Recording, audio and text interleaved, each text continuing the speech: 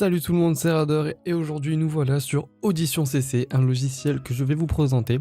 Alors c'est un logiciel qui fait partie de la suite Creative Cloud de Adobe, qui est disponible quand vous prenez l'abonnement. C'est un logiciel donc qui va vous permettre de faire des mixages audio. C'est pas un logiciel exactement comme FL Studio qui va vous permettre à proprement dit de créer des jingles et qui va être aussi puissant au niveau de la composition de musique. C'est juste un logiciel qui va vous permettre de retoucher des sons ou de retoucher des enregistrements. D'ailleurs aujourd'hui c'est ce qu'on va voir, comment ajouter des effets à votre voix, des premiers effets, améliorer la qualité de sa voix. On ira plus tard, un peu plus loin dans le logiciel. Pour l'instant on va s'en contenter aux bases.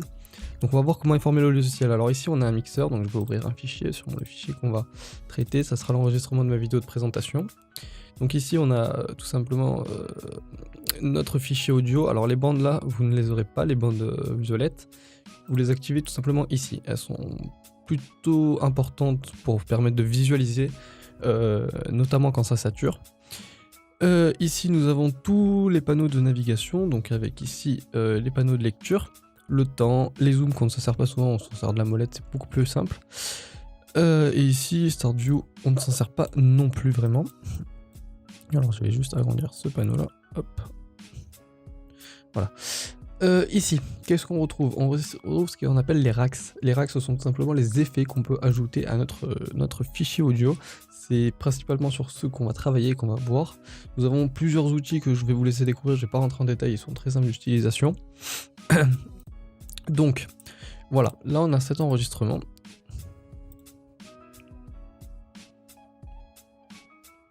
Oui.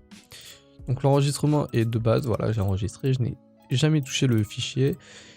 Et on va voir comment permettre à ce que quand on fait une vidéo, la qualité de la voix soit plutôt agréable. Alors pour ça, il y a déjà des prérequis que vous ne pouvez pas échapper. Le premier et le gros prérequis qui est indispensable, c'est évidemment le micro. Vous ne pouvez pas avoir une qualité audio agréable si vous utilisez le micro d'un PC portable. Par exemple, vous êtes obligé d'avoir un micro.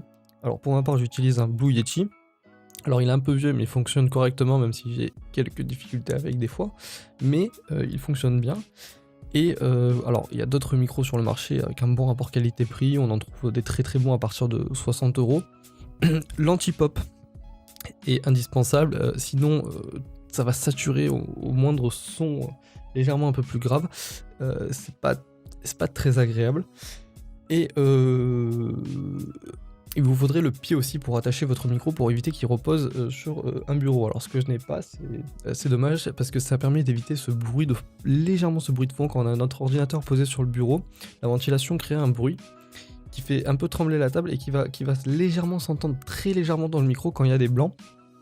Et ceci peut casser complètement la qualité malgré le fait que vous ayez un très très beau micro et peut enlever un peu de professionnalisme, si je peux dire.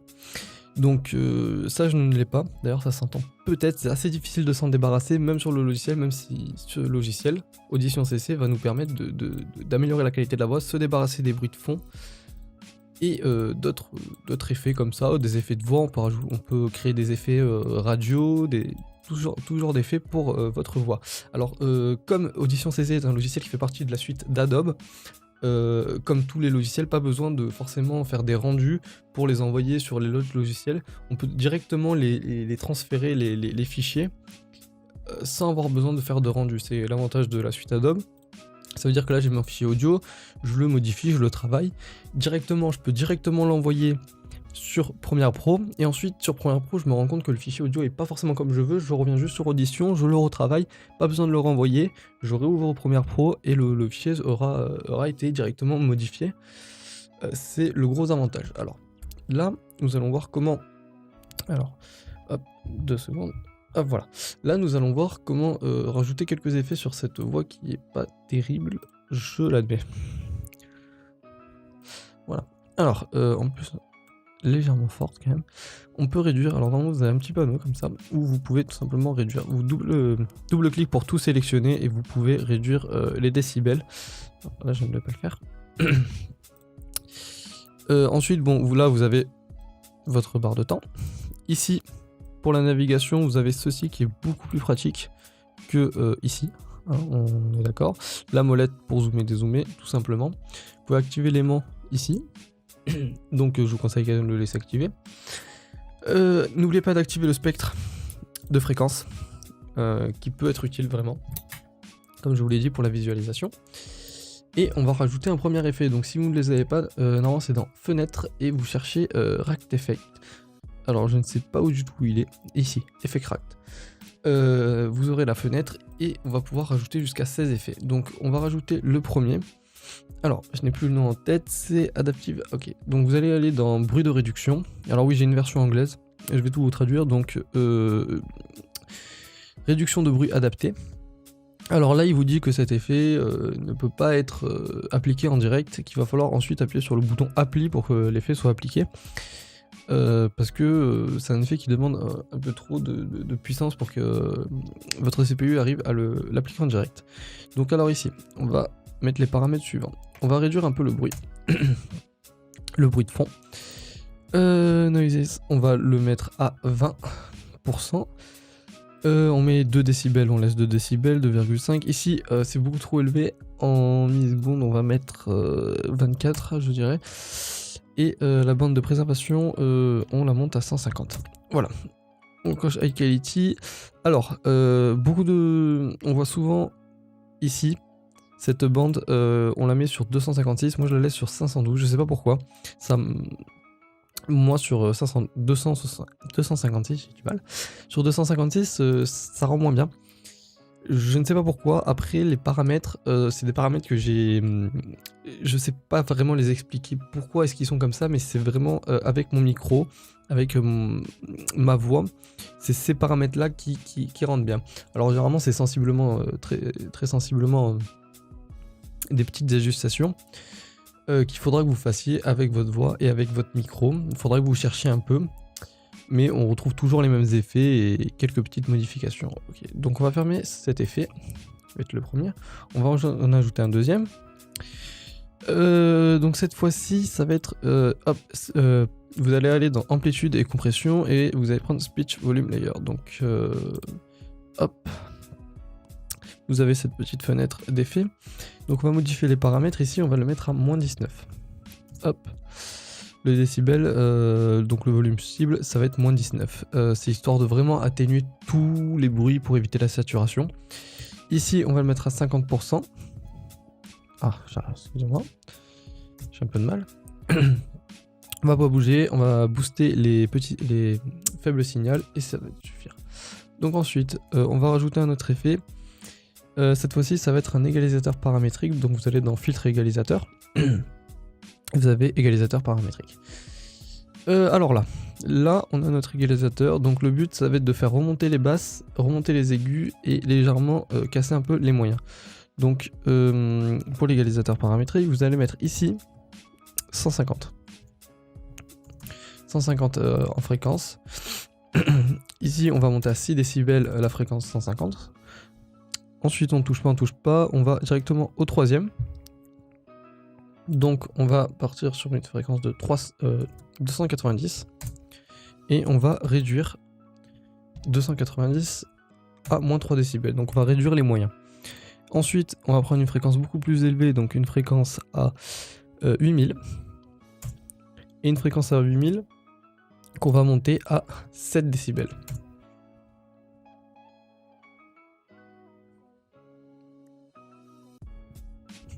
Voilà, donc normalement vous devez avoir un résultat à peu près comme ça. Des aigus légèrement amplifiés, des moyens très légèrement, tous les effets sont très légers. Pas besoin d'amplifier les effets au maximum. C'est juste pour faire des petites corrections. Si on a un très bon micro de très bonne qualité, il n'y a pas besoin de faire des gros effets. On va juste rajouter un dernier effet, le hard limiter. Donc là c'est une limite maximum je crois, ou quelque chose comme ça la traduction. Qu'est-ce qu'on va faire? L'amplitude maximum, on va la mettre à -2. Tac. Le input boost, alors je sais pas absolument ce que ça veut dire en français. On va le mettre à 6 décibels. Et ensuite, on ne va pas toucher. Voilà. Donc là, nous avons 4 effets censés aider aider à améliorer la qualité, à réduire les bruits de fond, à réduire les grésillements, tout ça.